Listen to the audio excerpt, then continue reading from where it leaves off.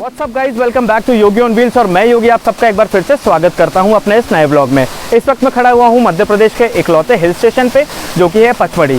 यहां पे आपको ना सिर्फ सतपुड़ा के माउंटेन रेंजेस देखने मिलेंगे और साथ ही साथ आपको देखने मिलेंगे छोटे बड़े काफ़ी सारे वाटरफॉल्स भी। 2 दिन के अंदर आप यहाँ पे कौन कौन से फेमस टूरिस्ट स्पॉट्स कवर कर सकते हैं, क्या बजट प्लान हो सकता है आपका, वो मैं आपको इस वीडियो में बताऊंगा। तो वीडियो को एंड तक जरूर देखें, चैनल को सब्सक्राइब करना, वीडियो को लाइक करना ना भूलें। आइए देखते हैं पचमढ़ी।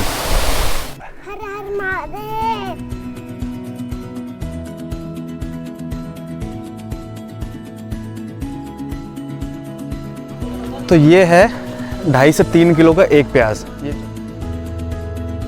ये है वो राम सेतु वाला पत्थर, इसको मैं अपने हाथों में उठाऊंगा। सबसे अच्छी एडवेंचरस जर्नी मेरी लाइफ में दूसरी है। ओके। भी यही थी।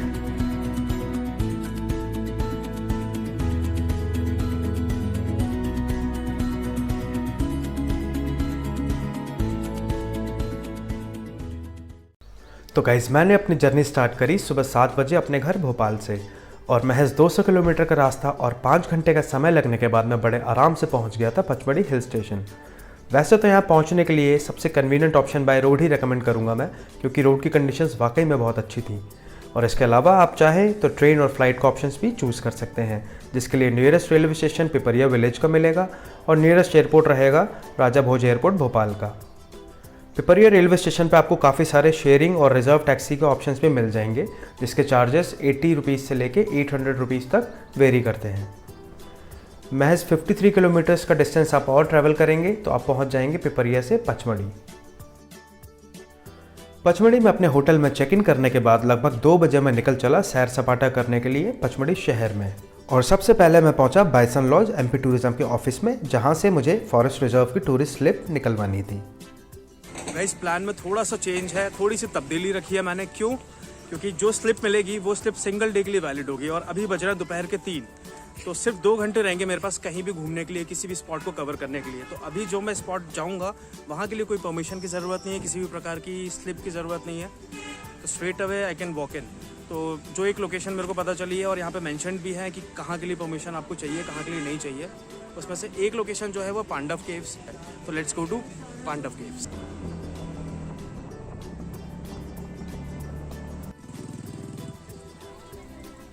ऐसा कहा जाता है कि भगवक नाम के बौद्ध भिक्षु ने 4वीं से 5वीं सेंचुरी के बीच में इन गुफाओं को बनाया था, और महाभारत काल में इन्हीं गुफाओं में 5 पांडवों ने अपने वनवास के दौरान कुछ समय यहाँ पे बिताया था।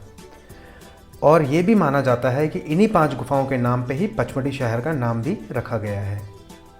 तो पांडव गुफा के टॉप पे अगर आप पहुंचेंगे तो यहाँ से आपको देखने मिलेगा पूरा पचमढ़ी शहर। साथ ही साथ यहाँ पे आपको हिस्ट्री से रिलेटेड काफ़ी इन्फॉर्मेशन भी मिल जाएगी। अब वक्त हो चुका है शाम के 4, और मुझे लगता है अब यहाँ से हांडीको की तरफ मुझे आगे बढ़ना चाहिए। और हांडीको का डिस्टेंस यहाँ से है तकरीबन 1 से 1.5 किलोमीटर का।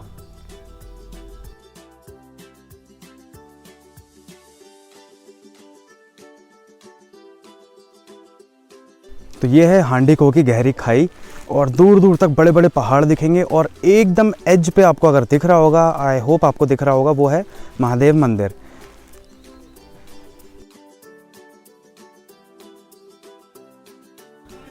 तो हांडीको से निकलते निकलते हो चुका था अंधेरा, और वापस आते वक्त मुझे दिखा इंडियन आर्मी बैंड का लाइव कंसर्ट। तो 15 से 20 मिनट मैंने वहाँ पे टाइम स्पेंड करा और खूब एंजॉय किया। तो आप फिलहाल ये बैंड एंजॉय करिए, और उसके बाद फिर हम देखते हैं मार्केट में क्या क्या खाने पीने की चीज़ें एक्सप्लोर कर सकते हैं।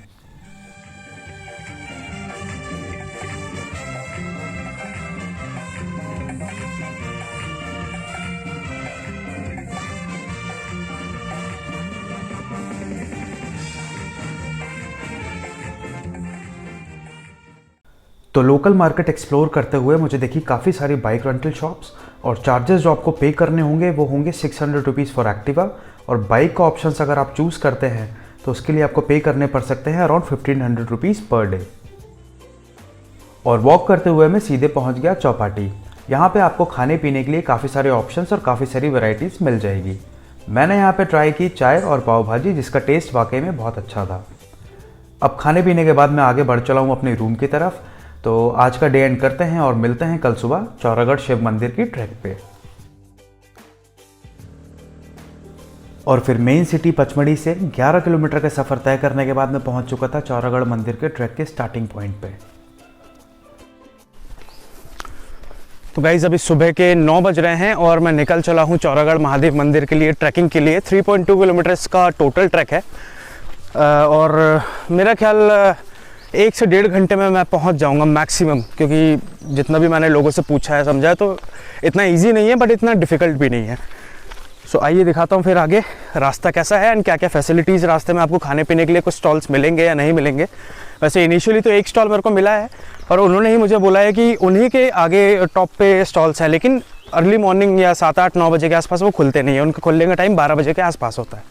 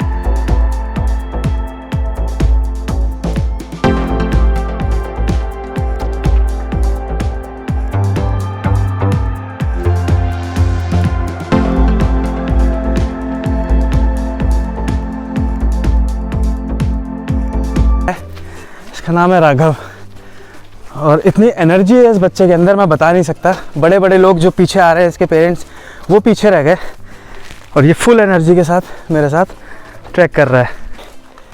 तो थोड़ी बहुत मोटिवेशन तो मुझे भी मिल रही है ना राघव? सो ये व्यू पॉइंट पे रुका हूँ और 2 घूंट पानी के। अपनी वाटर बॉटल कैरी करें, कुछ खाने के लिए चिप्स या बिस्किट ज़रूर कैरी करें क्योंकि ऑन द वे मुझे कुछ नहीं दिख रहा है। तो 1 घूंट पानी पीता हूँ, थोड़ा सा रेस्ट लेता हूँ, राहत की सांस, और फिर आगे बढ़ता हूँ। एक स्टॉल और दिखा है मुझे और 900 सीढ़ियाँ लगभग करी है, उसके बाद ही मेरे को सेकंड स्टॉल दिखा है। भाई यहाँ पे खड़े हुए हैं मेरे साथ।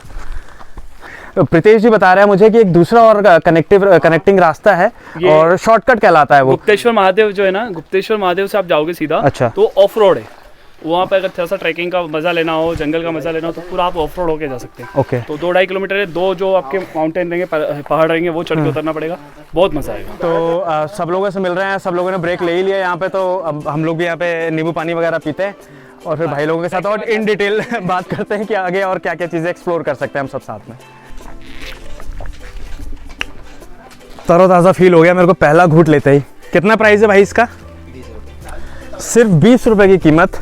इतनी ऊंचाई पे आपको अगर नींबू पानी मिल रहा है तो आपको भाई को दिल से थैंक यू बोलना चाहिए। फिलहाल तो मैं उन्हें शुक्रिया बोलना पसंद करूंगा। थैंक यू सो मच भाई।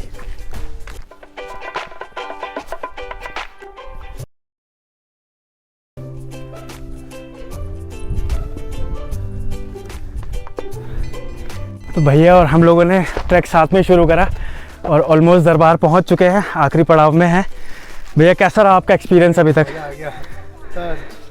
एडवेंचरस जर्नी, रियली सबसे अच्छी एडवेंचरस जर्नी मेरी लाइफ में दूसरी है। ओके। पहली भी यही थी। और भैया ने तो पूरी अपनी लकड़ी वगैरह की अरेंजमेंट शुरू में ही कर ली थी। उनको किस्मत से मिल भी गई और उन्होंने कैरी भी करी आखिरी तक। और इससे पैरों में थोड़ा सपोर्ट हो जाता है। बिल्कुल भैया, बिल्कुल ठीक बात है।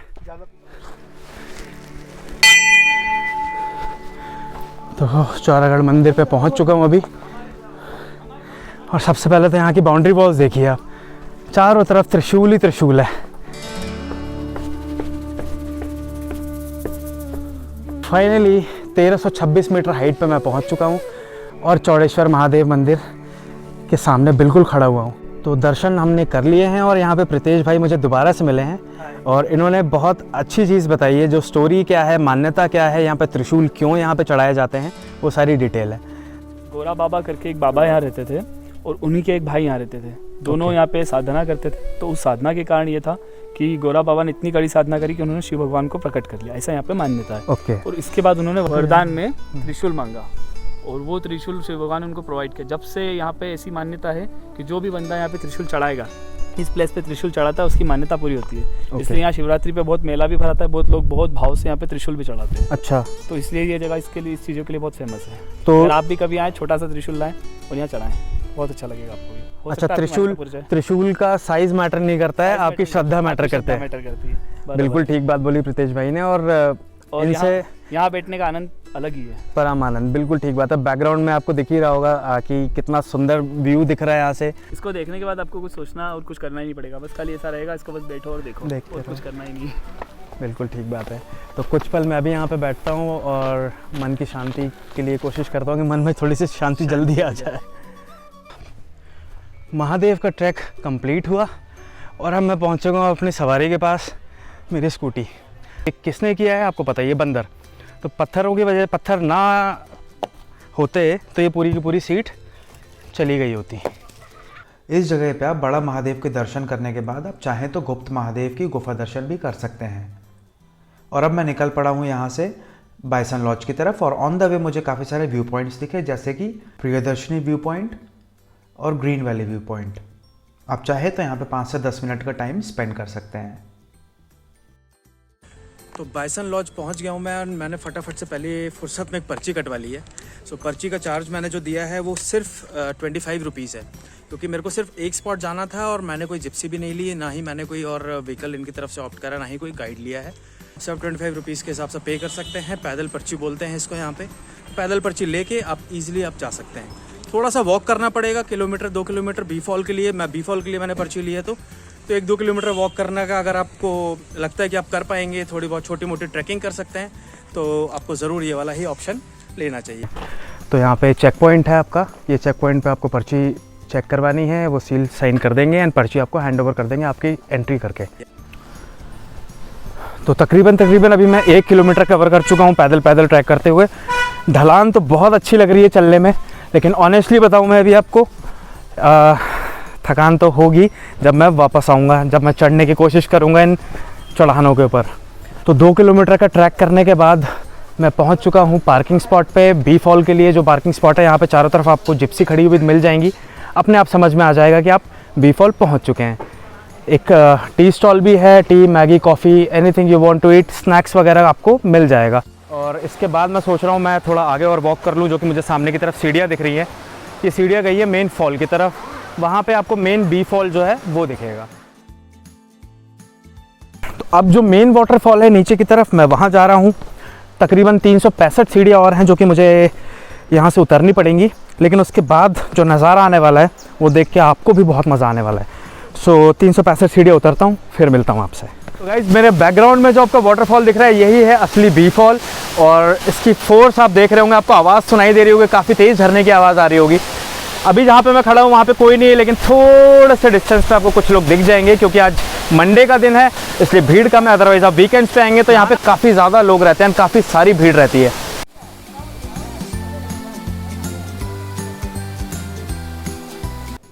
और फिर बी फॉल में काफ़ी अच्छा टाइम स्पेंड करने के बाद मैं पहुंच चुका था पचमढ़ी मेन मार्केट, जहां पे मुझे काफ़ी सारे होटल्स एंड रेस्टोरेंट्स के ऑप्शंस भी दिख गए। होटल प्राइस की अगर मैं बात करूं तो प्राइस रेंज रहेगा 1500 से 2000 रुपीज़ में आपको एक एवरेज होटल रूम मिल जाएगा। और आज का दिन काफ़ी एडवेंचरस रहा, तो थोड़ी बहुत थकान होना तो लाजमी है। और फिर कल मुझे वापस भी जाना है अपने घर, लेकिन कल वापस निकलने से पहले मैं 3 स्पॉट्स और विज़िट करूँगा। उनमें से सबसे इम्पॉर्टेंट स्पॉट है जटाशंकर महादेव गुफा। तो आज का डे एंड करते हैं और मिलते हैं कल सुबह जटाशंकर मंदिर में।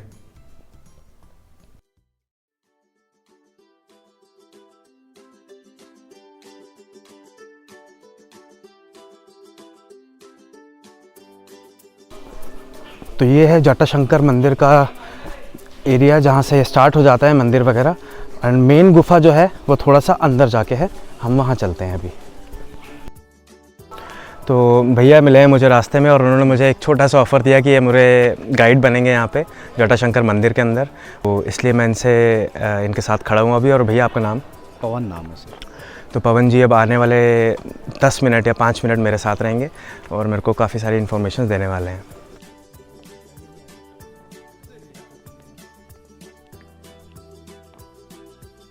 गोल गड्ढा नज़र आता है, वो आँखें ऊपर, मुकुट है, मस्तक के नीचे मुंह खुला और बाहर को निकला हुआ है। जानवर के रूप पे देखेंगे तो मंकी का सेब है, भगवान के रूप पे देखेंगे तो हनुमान जी का चेहरा नज़र आएगा सर आपको। देखा आइए, कटाव जो नज़र आते हैं आप लोगों को, यहाँ पे ऐसा कहा जाता है कि हजारों लाखों वर्ष पहले पूरा पंचमढ़ी पानी से डूबा हुआ था। जैसे जैसे क्या पहाड़ों में से पानी कम होते गया, वैसे वैसे पहाड़ों पे लहर और कटाव सी लेकिन सी बनती गई। इसको सेडिमेंटी रॉक्स बोलते हैं। समुद्र सतह से 4429 फीट की ऊंचाई में सबसे ऊंची चोटी धूपगढ़ एमपी के अंदर में। राइट हैंड में देखेंगे मुंह बना हुआ है, लेफ्ट साइड में देखेंगे तो पीठ उठा हुआ नजर आएगा। उस स्टोन में देखो नंदी भगवान की आकृति नजर आएगी आपको। इस पे देखेंगे तो पूरा शेर का चेहरा नजर आएगा, झुका हुआ और मुंह खुला हुआ टाइप पे सर। देखा? हाँ, ये बिल्कुल शेर जैसे ही दिख रहा है। पूरा शेर का चेहरा नजर आएगा।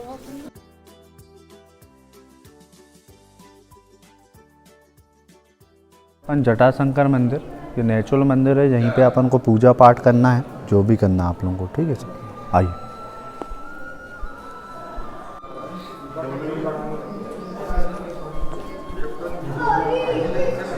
जिस पहाड़ के नीचे में अपन लोग खड़े हैं, शेषनाग के फन के नीचे में खड़े हैं सर अपन। देखा पूरा शेषनाग का फन। अब यहाँ पे आएंगे सर अपन लोग, राइट हैंड में देखेंगे तो मगरमच्छ का चेहरा बना हुआ है। देखा? ये इसके बॉडी में जो अपन कांटे बोलते हैं, इसके ऊपर में 108 पिंडियाँ हैं। ये भोलेनाथ की पूरी जटाएं के रूप से कहलाई जाती हैं पूरी। यहाँ से लेके वहाँ कोर्नर देखते हैं लास्ट वाला सर, वहाँ तक पूरे बालों की तरह नजर आएगा, इसलिए इसको बोलते हैं जटाशंकर मंदिर। तो जो भी शिवलिंग को छू के देखेंगे मार्बल का है। सामने पे जाएंगे शेषनाग के नीचे में शिवलिंग के कुदरती मंदिर है। एकदम खूब अंधेरा है और जगह जगह पे यहाँ पे शिव जी की पिंडियाँ हैं। यहाँ पे शिवलिंग है बहुत सारे, ये हम देख सकते हैं। वैसे तो बहुत अंधेरा है, लेकिन बूंदों की आवाज़, पानी की बूंदों की आवाज़, टपकने की आवाज़ आपको आ रही होगी। पूरी तरीके से यहाँ पे चट्टानों से, हर चट्टान से पानी बह रहा है बूंद बूंद करके।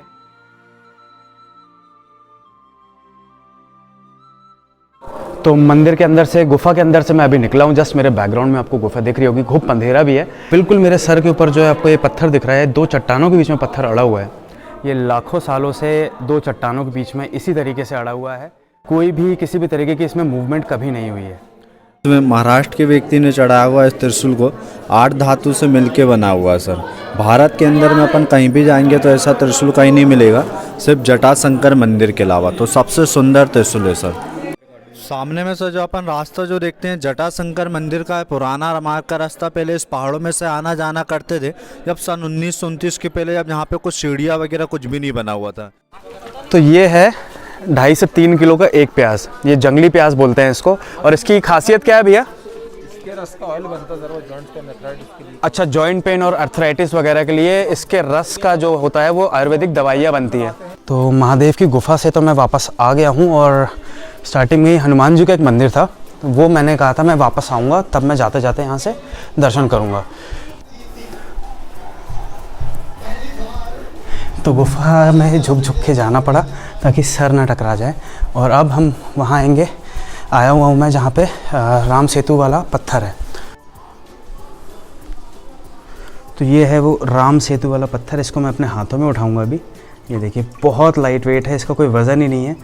और इसको मैं पानी में छोड़ दिया मैंने डिप करा, वो अपने आप पॉपअप हो रहा है एंड फ्लोट कर रहा है पूरे पानी में फ्रीली। ये देखिए, तो ये वही पत्थर है जो कि राम सेतु बनाने में यूज़ किया गया था रामायण काल में। एक बड़ा पत्थर रखा हुआ है यहाँ पे, उसकी भी सेम फीचर्स हैं, वो भी तैर रहा है पानी। तो महादेव के दर्शन करने के बाद अब वापस जाने का वक्त हो चुका है अपने घर। दोपहर के 2 बज चुके हैं, मुझे 12 बजे के आसपास निकलना था और अभी भी मुझे अपने होटल जाना है, अपना सामान वापस वहाँ से पिक करना है और उसके बाद फिर मैं निकलूँगा भोपाल के लिए। तो आइए बात करते हैं बजट प्लान की। अगर आप 2 लोग हैं और 2 दिन के लिए ट्रैवल कर रहे हैं पचमढ़ी, तो आपका बजट प्लान कुछ इस हिसाब से हो सकता है।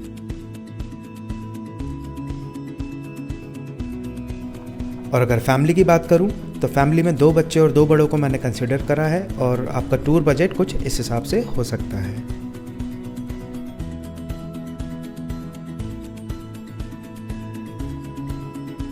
उम्मीद करता हूँ आपको ये वाला वीडियो भी काफ़ी पसंद आया होगा। पसंद आए तो वीडियो को लाइक करना, चैनल को सब्सक्राइब करना ना भूलें। साथ ही साथ कमेंट सेक्शन में कमेंट करके ज़रूर बताएं कि वीडियो में आपका फेवरेट पार्ट कौन सा रहा। मिलते हैं अपने नेक्स्ट वीडियो में, तब तक के लिए अलविदा।